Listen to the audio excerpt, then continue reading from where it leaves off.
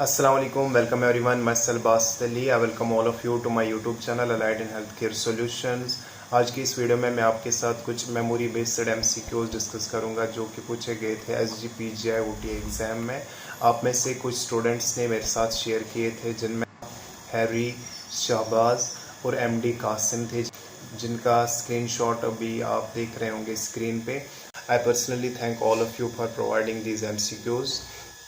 इस वीडियो का पर्पज़ यही है कि एक रेफरेंशियल आइडिया उन एस्पेरेंट्स के लिए रहे जो फ्यूचर में SGPGI में पार्टिसिपेट करेंगे। ठीक, साथ में उन स्टूडेंट्स के लिए भी ये हेल्पफुल रहेगा जिन्होंने मिस्टेकनली अपना आंसर रॉन्ग मार्क किया था। ठीक, तो आज का जो पहला क्वेश्चन आपकी स्क्रीन पे रहेगा that is okay, so the first question which was asked was an image based MCQ which is on your screen. This retractor is used in which surgeries? आपने आइडेंटिफाई करना था ये जो रिट्रैक्टर है इसको कौन सी सर्जरीज में हम यूज़ करते हैं। ठीक, ऑप्शंस देख लेते हैं। Cranial, thoracic, abdominal, spinal. ठीक, ऑप्शन सेम टू सेम नहीं हो सकते, लेकिन जो राइट आंसर है वो मैं आपके साथ डिस्कस करूँगा। ठीक, तो लास्ट टाइम मैंने एक वीडियो अपनी चैनल पे अपलोड किया था image based AIIMS OTA MCQs, जिसमें मैंने बहुत सारे इमेज बेस्ड MCQs डिस्कस किए थे और उनमें से मैंने एक रिट्रैक्टर भी डिस्कस किया था। ठीक, बेसिकली ये जो रिट्रैक्टर है ये यूजुअली हम यूज़ करते हैं थोरेसिक सर्जरीज में। थोरेसिक सर्जरी में रिब्स को सेपरेट करने के लिए इसको हम यूजुअली रिब स्प्रेडर भी कहते हैं। ये एक सेल्फ रिटेनिंग रिट्रैक्टर है, इसका एक नाम भी है फिनोचिटो सेल्फ रिटेनिंग रिट्रैक्टर। ठीक, इसको थोरेसिक सर्जरीज में यूज़ किया जाता है। ओके, इसके अकॉर्डिंग जो इसका राइट आंसर रहेगा that will B thoracic surgery. तो इसका जो राइट आंसर रहेगा thoracic surgeries. Okay, next question जो पूछा गया था सुगोमाडेक्स इज है, आपने आइडेंटिफाई करना था जो सुगोमाडेक्स है ये क्या है। ठीक, ऑप्शंस पहले देख लेते हैं। Anticholinergic, reversal, benzodiazepine, anti arrhythmic. ठीक, अगर आपको पता होगा जो सुगोमाडेक्स है ये एक गामा साइक्लोडेक्स्ट्रिन है जिसको यूज़ किया जाता है as reversal for steroidal type non depolarising muscle relaxant, usually vecuronium and for rocuronium. ठीक, तो ये जो है सुगोमाडेक्स ये एक रिवर्सल एजेंट है। ठीक, तो इसका राइट आंसर जो था दैट वाज रिवर्सल।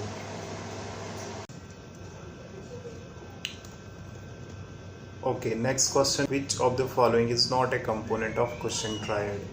आपने आइडेंटिफाई करना था जो कुशिंग ट्रायड है इनमें से इसका कौन सा कंपोनेंट नहीं है। ठीक, ऑप्शंस पहले देख लेते हैं। Bradycardia, hypertension, bradypnoea, tachycardia. ठीक, अगर आपको पता होगा जो कुशिंग ट्रायड है, कुशिंग ट्रायड, ठीक, दो सिनोनिमस टर्म्स है, एक है कुशिंग ट्रायड, दूसरा कुशिंग सिंड्रोम। तो कुशिंग सिंड्रोम एड्रिनल ग्लैंड के रिलेटेड है। इसमें क्या हो जाता है, हाइपर कॉर्टिसोलिज्म।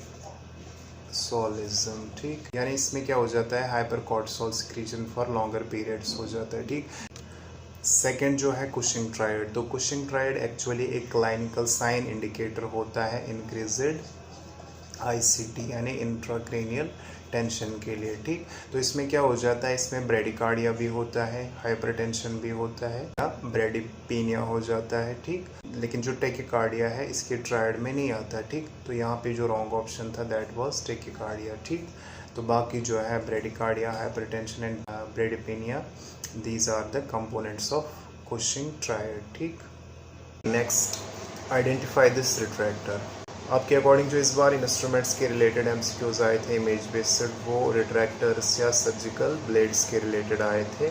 बहुत लेस आए थे, लेकिन जो है सर्जिकल पोर्शन से ही आए थे। ठीक, तो यहाँ पे जो एक और इमेज बेस्ड क्वेश्चन आया हुआ था दैट वाज दिस रिट्रैक्टर, ठीक, आपने आइडेंटिफाई करना था इसको, ठीक। ऑप्शंस पहले देख लेते हैं। Gelpi retractor, mastoid retractor, abdominal retractor, Senn retractor, ठीक। अगर हम यहाँ पे ऑप्शन डी सेन रिट्रैक्टर की बात करें, सेन रिट्रैक्टर एक डबल ब्लेड रिट्रैक्टर होता है जिसका एक एंड प्लेन एल शेप्ड होता है और दूसरे साइड से 3 प्रॉन्स होते हैं, ठीक। सेकंड जो यहाँ पे है Gelpi retractor. Gelpi retractor usually commonly use किया जाता है ऑर्थोपेडिक सर्जरीज में,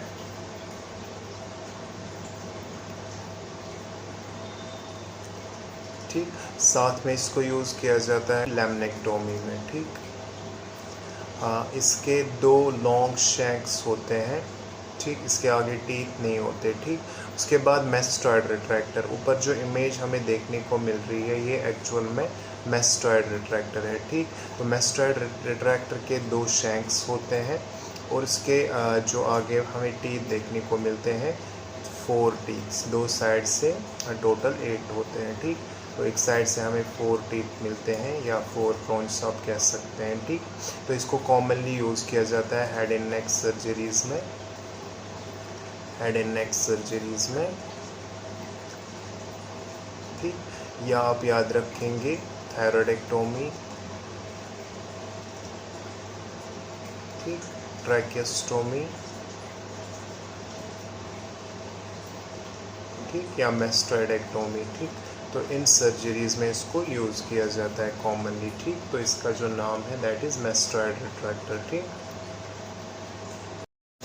okay, next, target respiratory rate for children according to latest CPR guidelines, ठीक। आपने आइडेंटिफाई करना था कि जो लेटेस्ट CPR गाइडलाइन है उसके अकॉर्डिंग चिल्ड्रंस में target respiratory rate during CPR हमें क्या होनी चाहिए, ठीक। ऑप्शंस पहले देख लेते हैं। 10 to 12 पर मिनट, 12 to 15 पर मिनट, 20 to 30 पर मिनट, 30 to 40 पर मिनट। ओके, जो latest target respiratory rate guidelines है चिल्ड्रंस के लिए, तो उसके अकॉर्डिंग जो है एवरी 2 to 3 सेकेंड्स में जो है हमने ब्रेथ प्रोवाइड करनी है चिल्ड्रंस में, ठीक। तो इसके अकॉर्डिंग जो बनता है 1 मिनट का total that will B 20 to 30 पर मिनट। और जो एडल्ट्स के रिलेटेड टारगेट होना चाहिए that is every 5 to 6 seconds में हमने ब्रेथ प्रोवाइड करनी है, ठीक।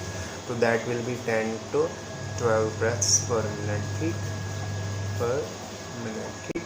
तो यहाँ पे जो राइट ऑप्शन रहेगा दैट विल बी 20 to 30, यानी चिल्ड्रंस में 20 to 30 पर मिनट होना चाहिए and in adults that is 10 to 12 पर मिनट, ठीक।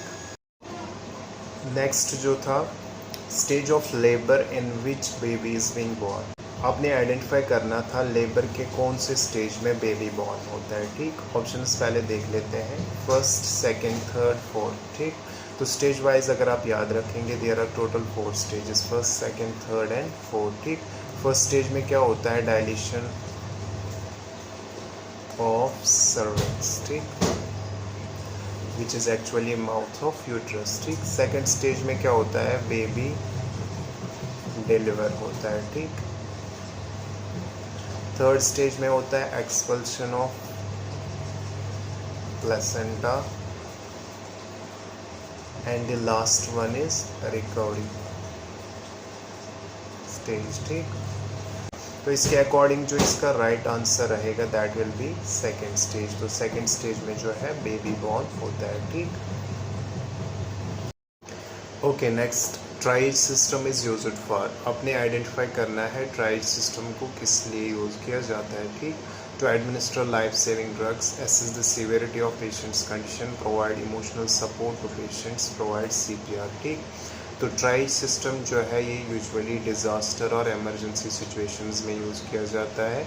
इसका पर्पस होता है टू सॉर्ट और टू मिनिमाइज, मीन्स जहाँ पे बहुत सारे विक्टिम्स सफ़र कर रहे होते हैं तो वहाँ पे जो इमीडिएट इंटरवेंशन जिनको चाहिए होता है उनको सेपरेट करना होता है, या जिनको डिलेड इंटरवेंशन चाहिए उनको separate as per colour coding के हिसाब से उनको रखा जाता है, ठीक। तो इसमें बहुत सारे कलर्स हैं, जो मेजर कलर्स यहाँ पे हैं that is red, yellow, green and black, ठीक।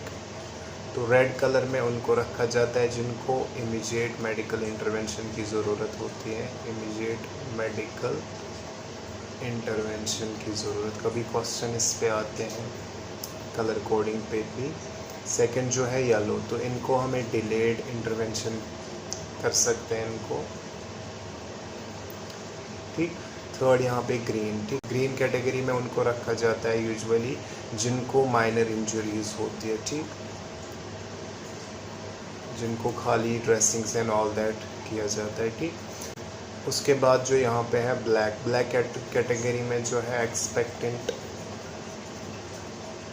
टू डेथ, ठीक।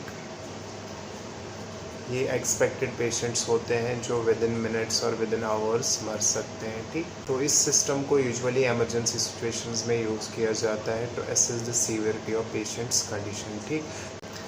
इस टॉपिक को कभी हम डीपली अंडरस्टैंड करेंगे, लेकिन जो यहाँ पे मेन कंसर्न था that was triage is used for, तो ये आप याद रखेंगे, it is used to assess the severity of patients condition in emergency situation, ठीक।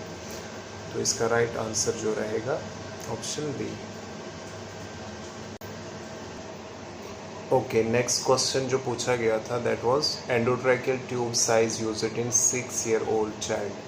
आपने आइडेंटिफाई करना था जो 6 ईयर ओल्ड चाइल्ड है इसमें कौन सा साइज़ हम एंडोट्रैकियल ट्यूब यूज़ करते हैं, ठीक। ऑप्शंस पहले देख लेते हैं, 2.5 mm, 3.5 mm, 4 mm, 5.5 mm, ठीक।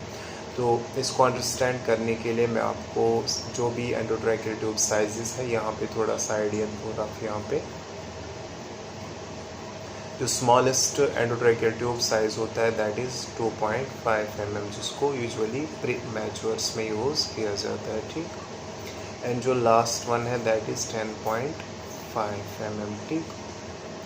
उसके बाद जब हम एज वाइज देखते हैं तो 0 to 6 months के लिए हम 3 to 3.5 mm प्रेफर करते हैं। उसके बाद 6 month to 1 year के लिए 3.5 to 4 mm यूज़ करते हैं, ठीक। एंड अगर हम उसके बाद जो है फ्रॉम 1 year to 6 year, ठीक।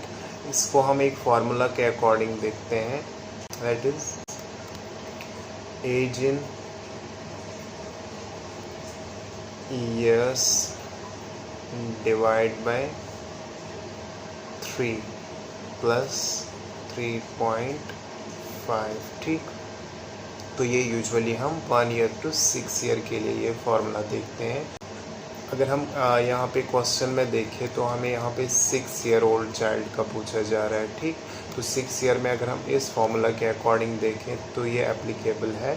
यहाँ पे हम 6 डिवाइड बाई 3 प्लस 3.5 देखेंगे, ठीक। 3 1 3 3 2 6 एंड दैट इज़ 3 to 5.5। तो यहाँ पे जो प्रेफरेबल साइज होगा दैट विल बी 5.5, ठीक। अब अगर एज मोर देन 6 year है तो उसके लिए एक डिफरेंट फार्मूला के अकॉर्डिंग देखना है, that is age in years divide by 4 plus 4.5, ठीक।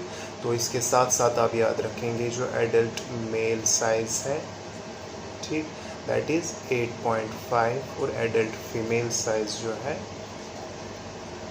दैट इज़ 7.5 mm, ठीक। तो ये आप याद रखेंगे।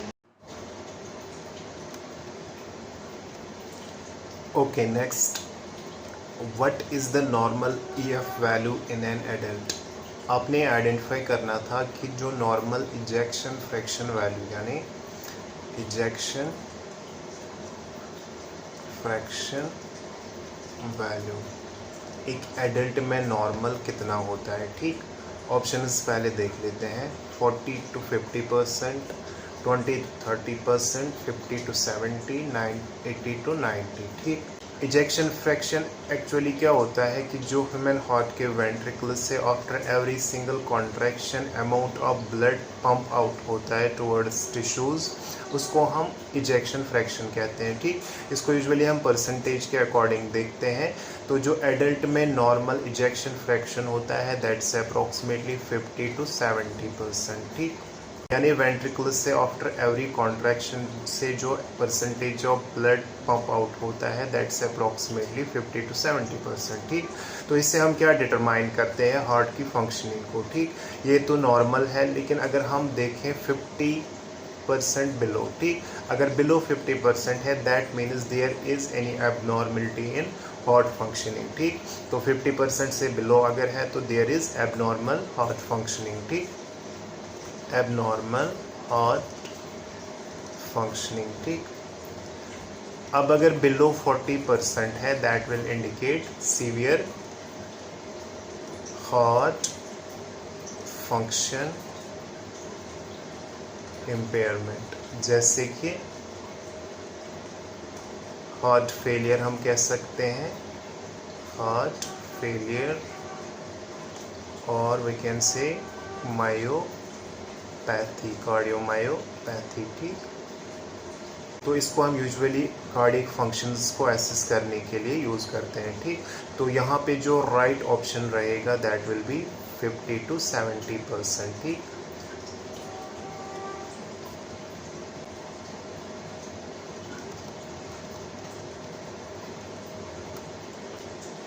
okay, next, Rendell-Baker-Sosek mask is used in which type of patients? आपने आइडेंटिफाई करना था कि जो रेंडल बेकर मास्क है ये हम किन पेशेंट्स में यूज़ करते हैं। ठीक, ऑप्शंस पहले देख लेते हैं। Paediatric, geriatric, obese, pregnant. ठीक, रेंडल बेकर मास्क जो है अगर आपको पता होगा ये हम पीडियाट्रिक पेशेंट्स में यूज़ करते हैं, जैसे एनाटॉमिकल फेस मास्क होती है एडल्ट्स में यूजुअली यूज़ किया जाता है। इसी तरह जो रेंडल बेकर मास्क है पीडियाट्रिक वेंटिलेशन में हम इसको यूज़ करते हैं। ठीक, इसको हम लो डेड स्पेस फेस मास्क भी कहते हैं। ठीक, लो डेड स्पेस फेस मास्क। ठीक, ये इसकी एक एडवांटेज भी है, लो डेड स्पेस। तो इसका राइट आंसर जो रहेगा that will be paediatric patients. ठीक, okay, next, the flow rate of 18 gauge IV cannula is.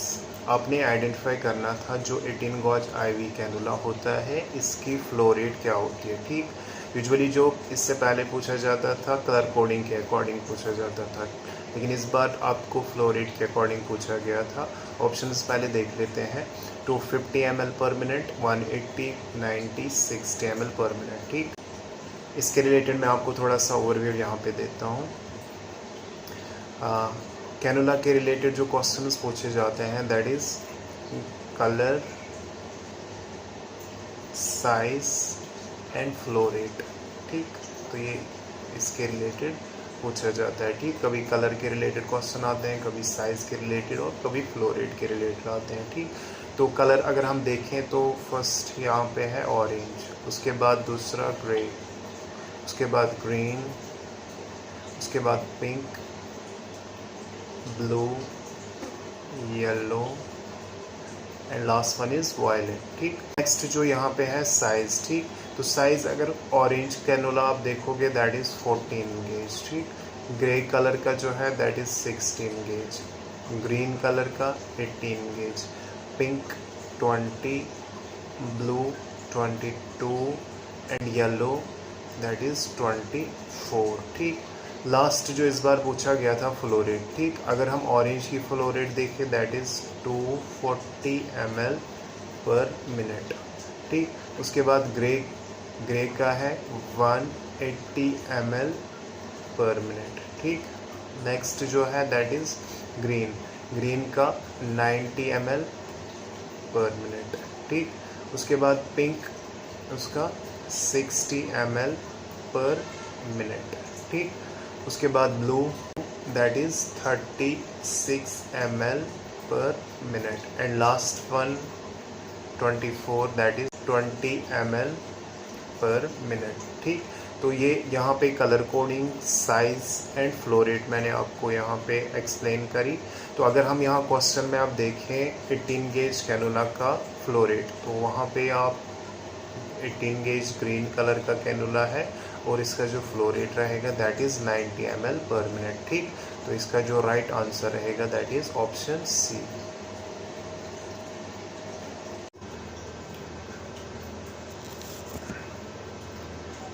Okay, next, Foley catheter size in 12 kg child.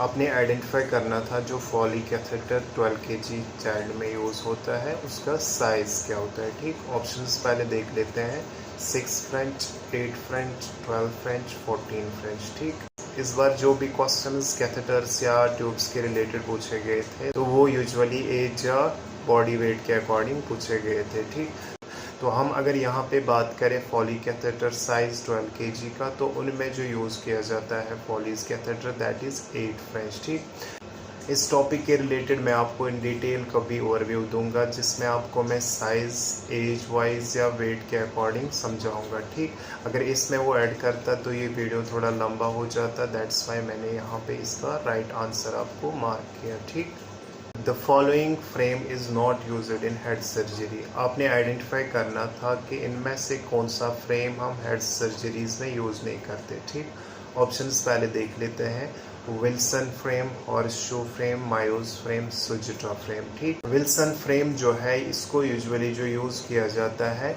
लैमिनेक्टोमी surgeries में। ठीक, या हम स्पाइन सर्जरीज कह सकते हैं। ठीक, स्पाइन सर्जरीज। ठीक, बाकी जो रिमेनिंग 3 फ्रेम्स है, horseshoe frame, Mayo's frame, Sugita frame, these all frames are used in head surgeries. ठीक, तो इसकी जो एक्सेप्शन थी यहाँ पे दैट इज विल्सन्स फ्रेम, तो इसका राइट आंसर रहता विल्सन्स फ्रेम।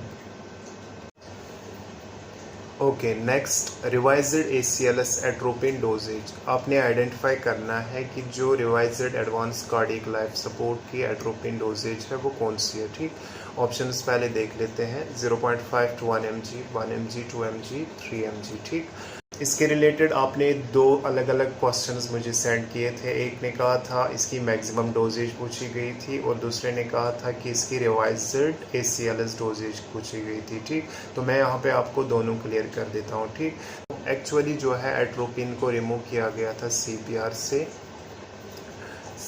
से रिमूव किया गया था 2010 गाइडलाइंस में। ठीक, 2 ड्रग्स थे, एक CPR, दूसरा वेजोप्रेसिन, क्योंकि इनकी जो है सिग्निफिकेंस देखने को नहीं मिली थी CPR में। ठीक, लेकिन स्टिल जो है एट्रोपिन को यूज़ किया जाता है सिम्प्टोमेटिक ब्रेडिकार्डिया में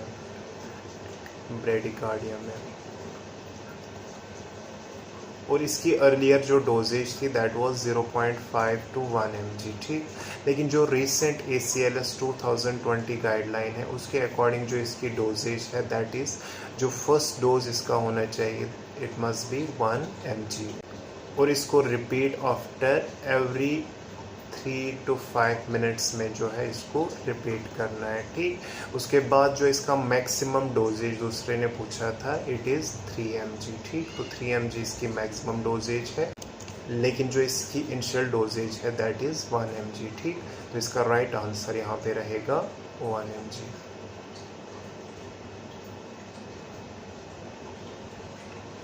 Okay, next, which among the following breathing circuit is used in spontaneous ventilation। ठीक, तो आपने दोनों क्वेश्चन सेंड किए थे कि कंट्रोल्ड वेंटिलेशन के लिए भी पूछा गया था और स्पॉन्टेनियस के लिए भी। ठीक, ब्रीदिंग सर्किट के रिलेटेड मैंने ऑलरेडी एक वीडियो अपलोड किया हुआ है अपनी चैनल में जिसमें मैंने सारा ब्रीदिंग सर्किट्स के रिलेटेड ओवरऑल क्लियर करा है, लेकिन स्टिल जो है यहाँ पे आपको मैं बोलूँ जो स्पॉन्टेनियस वेंटिलेशन है, जो मैगल सर्किट है, इसको यूज़ किया जाता है स्पॉन्टेनियस वेंटिलेशन में और जो बेन सर्किट है इसको यूज़ किया जाता है कंट्रोल्ड वेंटिलेशन में। ठीक, तो दोनों क्वेश्चन आए थे best suitable for controlled ventilation, उसके लिए बेन सर्किट पे आप आंसर करते एंड जो नेक्स्ट था स्पॉन्टेनियस उसके लिए मैगल सर्किट। ठीक, ये थे कुछ MCQs जो आपने शेयर किए थे मेरे साथ, memory based SGPJ MCQs। Hopefully ये सारे आपके लिए हेल्पफुल रहें। तो मिलते हैं नेक्स्ट वीडियो में किसी और टॉपिक पे, तब तक के लिए अल्लाह हाफिज़, बाय।